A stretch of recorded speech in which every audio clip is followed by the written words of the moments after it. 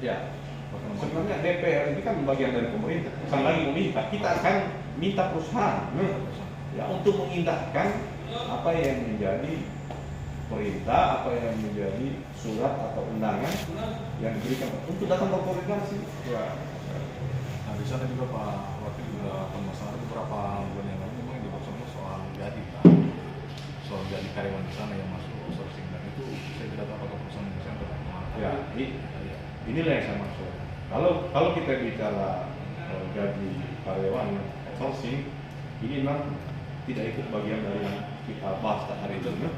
Tetapi kalau bicara gaji yang pernah diberikan yang ada di PIR itu namanya sedangkan karyawan dan buruh, saya kira tadi sudah clear semua ya. Sudah. Jadi mungkin saya tidak usah jelaskan lagi terkait itu.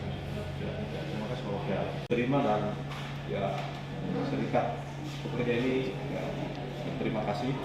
Ternyata mereka hanya mendapatkan informasi yang tidak jelas atau masuk hoax.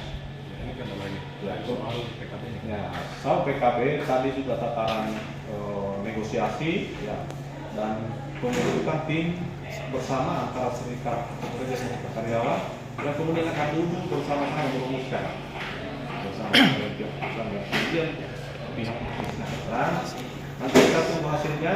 Waktu yang diberikan tadi kalau tanggal 1 Juli mungkin sudah ada kesepakatan terkait data keanggotaan dulu, kemudian nanti setelah lengkap itu data keanggotaan baru duduk sama-sama membicarakan terkait poin-poin yang menjadi inti dari PKB yang akan diputuskan. Berarti kan baru mau dibentuk ini tim Ya.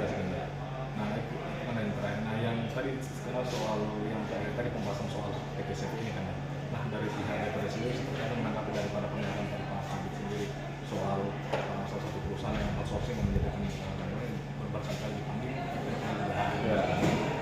Saya kira karena saya baru tahu, mungkin kita mau ingin menyelesaikan masalah ini satu demi satu. Tadi saya sudah sampaikan bahwa masalah ini kita clearkan dulu, kita selesaikan terkait inti yang kita bahas hari ini. Kemudian selanjutnya terkait hal-hal yang terjadi yang disampaikan oleh pihak Disnaker Trans, bahwa ada perusahaan-perusahaan yang kemudian justru ya, walaupun ada masalah kemudian dipanggil oleh pemerintah dari Kabupaten Konawe melalui Disnaker Trans ini tidak memindahkan, maka saya kira itu tidak terlalu sulit untuk mengatasi.